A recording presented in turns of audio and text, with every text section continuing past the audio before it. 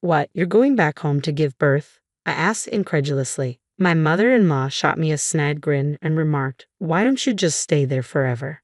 I don't want to see your freeloading face." Her words stung, but I managed a composed reply. Sure, take care then. My name is Flo, a 34-year-old professional. I've been dating Barry for 2 years now. We first met at a party where our shared taste in music sparked an instant connection. After exchanging numbers, we started spending our evenings together, discussing everything from favorite tunes to work challenges over drinks at our local bar. Being with Barry was always a joy, and time with him flew by. Eventually, we became a couple, and life has never felt more fulfilling.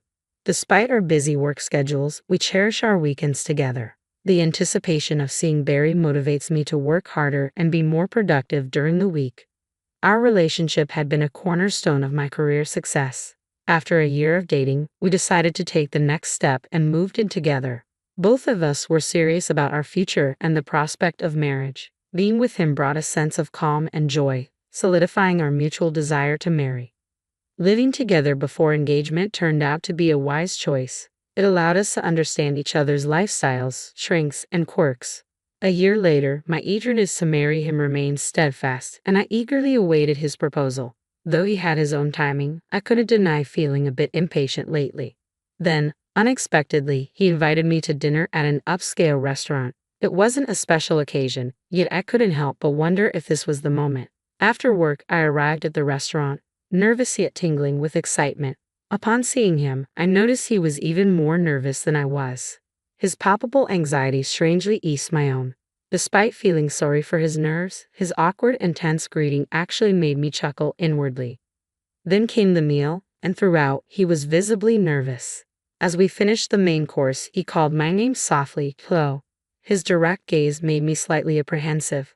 Chloe, you're the most wonderful person I want to cherish. I hope you feel the same about me. So, will you marry me? With those heartfelt words, he presented a ring. My answer was already clear. Yes, I can't wait for our life together. With our engagement sealed, I was overwhelmed with happiness. However, life soon became hectic, and the joy was fleeting. We had to meet each other's families, organize family gatherings, and begin wedding preparations. Balancing all this alongside our demanding work schedules was a challenge, but Barry and I found ways to carve out time and move forward with our plans. When I introduced Barry to my parents, they took a liking to him right away, impressed by his sincerity. Their approval meant a lot to me, and I was grateful they welcomed our decision to marry. However, when it came time to visit Barry's parents, things took an unexpected turn. You're Barry's fiancé. You seem rather plain," remarked Barry's mother, R, bluntly upon our first meeting. Taken aback by her comment, I felt knocked down. Barry quickly interjected, "Mom, what are you saying? She's the woman I chose."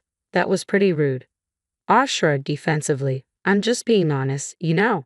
Barry's father, Will, stepped in, trying to diffuse the tension. "Enough, R, that's uncalled for."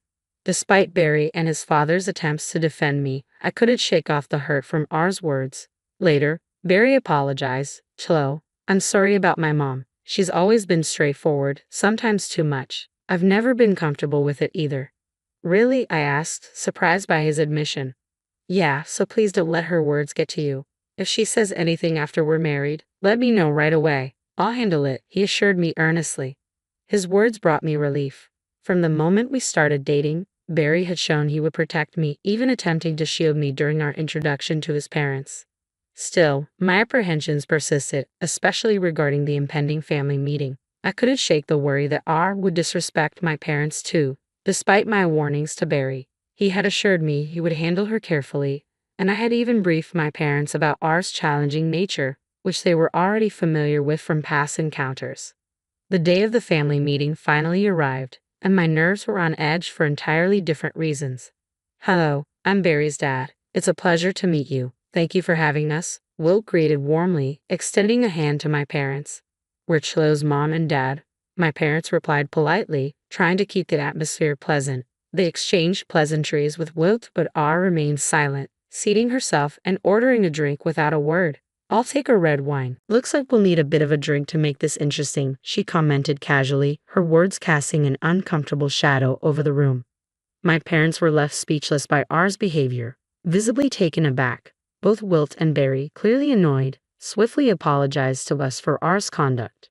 And so, the family meeting commenced. My parents and Wilt hit it off right away, engaging in friendly conversation.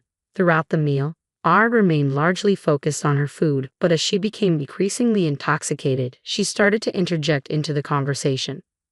A government job, it may be stable, but the pay isn't anything to brag about. Barry's marrying into such boring people.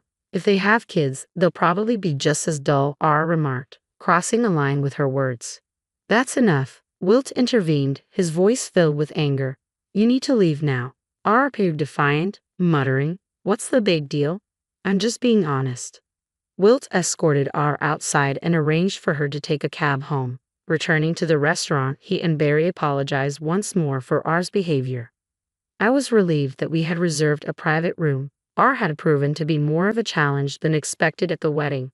She seemed subdued, likely because Wilt had warned her to behave impeccably or face consequences. Apparently, he had even threatened divorce if she caused any embarrassment, so she kept her comments to herself. Thankfully, the wedding went off without a hitch, and I was grateful for that. Thus, our married life began in earnest. Barry and I had a wonderful relationship, making our life together blissful. We both shared household responsibilities equally to ensure neither of us felt burdened. It was a bonus that Barry excelled in cooking. I always looked forward to his meals. On days when he got caught up at work but still took on the chef's role, we would cook together. This collaboration made our days together as a happy couple all the more enjoyable.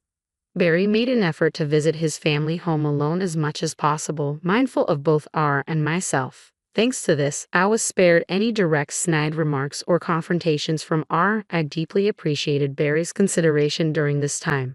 However, tragedy struck when Wilt suddenly fell ill and passed away. Barry and I rushed to the hospital, but we arrived too late. Dad, Barry exclaimed in disbelief. Wilt's death hit him hard, and R was visibly distraught as well. How could you leave me like this? Despite my strained relationship with R, I couldn't help but empathize with her grief in that moment. I mourned the loss of Wilt, who had always treated me with kindness. In the following days, we found ourselves consumed with funeral arrangements while navigating our own grief. Barry took charge of organizing everything, and I did what I could to support him during this difficult time. The funeral proceeded smoothly, and we felt we had given Wilt a fitting farewell. Life eventually settled back to its routine for Barry and me. While it took time to come to terms with Wilt's passing, we eventually found our footing. Barry appeared determined to move forward with renewed resolve. However, a new challenge emerged unexpectedly. Barry, Chloe, please help me. Our sudden appearance at our doorstep caught us off guard. Mom, what's wrong? Barry asked, clearly unsettled by the unusual atmosphere. R's demeanor softened as she spoke. Since your father passed, I've been feeling terribly lonely every day. Nothing seems to taste right anymore. I just wanted to see the faces of my only family, my son and his wife. Her words seemed genuine, her vulnerability evident. Could you let me stay with you for a little while? She asked, her request tinged with desperation. Barry and I were taken aback by her request. I feel like I'll be crushed by loneliness if things continue like this, she pleaded. We hesitated, but reasoned that a short stay wouldn't hurt. R seemed so fragile. We doubted she had the energy to be hostile towards me. So we agreed to live together, and surprisingly, R behaved maturely. She even took on some household chores. I'm staying in your home. It's the least I can do. Thank you, Flo. You're a lifesaver, she expressed gratefully. Both Barry and I appreciated R's efforts. Life seemed manageable if things stayed this way. However, after about 3 months, R began reverting to her old habits bit by bit. Flo, are you not planning to quit your job? Isn't it normal for wives to stop working? But you've been working all this time. I started to respond, but R's tone grew harsher, indicating she was returning to her old self. I turned to Barry immediately. Okay, we need to talk to Mom and get her to go back to her hometown right away, I said. When Barry confronted R about it, her response was startling.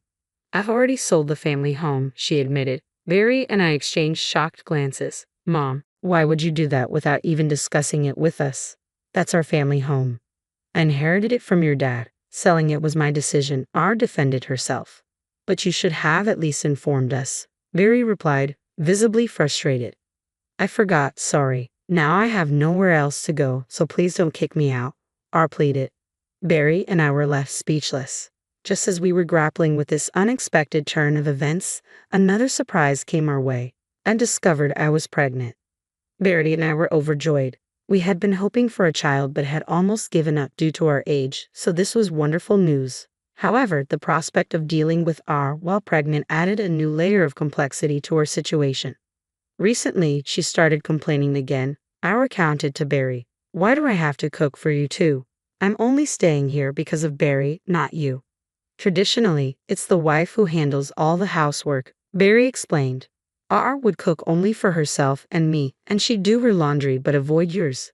Barry would reprimand her, and she'd feign remorse only to repeat the behavior. I was at my wit's end. Feeling the need to escape, I decided to begin my maternity leave early and return to my parents' home. When I discussed this with Barry, he proposed a solution that we both agreed on, and we began to make arrangements. I promptly informed R of our decision and started preparing to leave. You're going back home to give birth? Yes, I feel it's necessary for a safer childbirth, even though I understand it means leaving household duties behind. Barry supports this decision. Upon hearing this, R smirked and sneered. Why not just stay at your parents' house forever? I don't want to see your parasitic face around here anyway. I bet even Barry's had enough of you. You don't need to come back to this house anymore. I couldn't help but feel a sense of relief at R's harsh words. All right then, take care, I replied calmly. I returned to my parents' house, grateful to be with them again after so long. They've been incredibly supportive, allowing me to find peace and comfort during this time. A month later, Barry arrived at my parents' house with news. I finally got the green light from work. I found us a new place. That's fantastic. Barry's plan was for us to transition to remote work, which his company had approved. Thoughtfully, he rented an apartment near my parents' home, and we decided to move there. Barry then terminated the lease on the room R had been staying in and finalized our move to the new apartment. Apparently, R was quite unsettled by this, and she called me. Hey Chloe, where are you? I'm at our new place with Barry. New place? Where? R's voice sounded urgent and somewhat panicked. I'll let you know, but I have to be honest. The lease here is being canceled and everything's being moved out. I can't stay here anymore, I explained calmly. Barry and I are starting fresh somewhere else. But Barry said he's cutting ties with me. He doesn't want to talk to you anymore, I added, trying to make her understand. So, you were just pretending to be nice to stay here, huh? This was your plan because you couldn't make any money from selling the house you got from Wilt, right? R accused sharply. How did you find out? You were telling the neighbors how frustrated you were that the house your husband left had no value. Then suddenly, it became a lot for sale. People just can't keep quiet about things like that. Give me Barry back. I'm that kid's parent, so I have the right to live with him.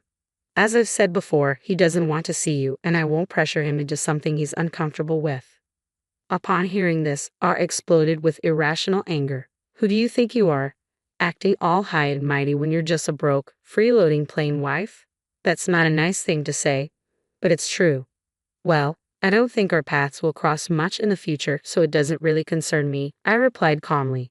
But let me clarify something. Alongside my full-time job, I also have a side gig, and I actually earn more than Barry, I continued. Oh, really? What's this side gig? R asked skeptically.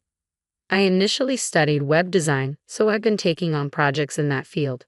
With both my full-time salary and freelance work, I'm bringing in about $7,000 a month, I explained.